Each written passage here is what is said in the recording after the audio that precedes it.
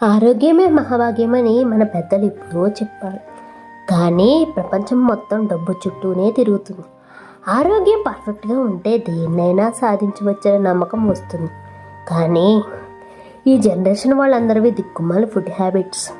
అర్ధరాత్రి దాకా తినడం, తెల్లారి మధ్యాహ్నం దాకా పడుకోవడం కాదంటారా?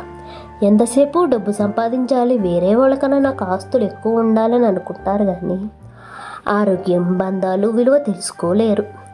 కొన్ని వేల కోట్లు సంపాదించిన అనంత్ అంబానీ ఆరోగ్యం బాగోలేకపోతే అతన్ని కాపాడింది డబ్బు కానే కాదు, అతని తల్లిదండ్రులు ఇచ్చిన ధైర్యం. ఎందుకంటే అతను తలుచుకుంటే టాప్ మోస్ట్ డాక్టర్స్ తీసుకురాగలడు కదా, వైద్యము చేయించగలడు కదా.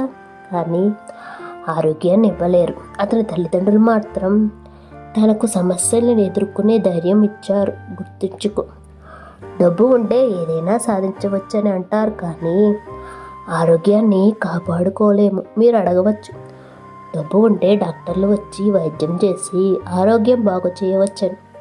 అది నిజమే, కానీ అన్నిసార్లు అదే జరుగుతుందని అనుకోగలమా? కాదు కదా. డబ్బుతో పాటు ఫ్యామిలీ సపోర్ట్ కూడా ఉండాలి. డబ్బు సంపాదనలో పడి సరైన సమయంలో తిండి, సరైన సమయంలో నిద్ర లేకపోతే అనారోగ్యాలు వస్తాయి.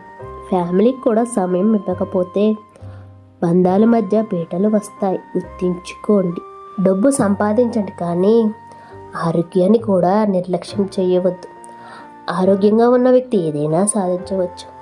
డబ్బుతో ఏదైనా కొనవచ్చు అనుకుంటాము, కానీ కొన్ని ఉంటాయి, అవి కొనలేము. అవే బంధాలు, ఆరోగ్యం. ఇప్పటి నుంచి ఆరోగ్యం కోసం కష్టపడు, తర్వాత కాలంలో సుఖపడతారు. మీ ఆరోగ్యం కోసం కొంత సమయం కేటాయించండి. అర్థమైందనుకుంటా.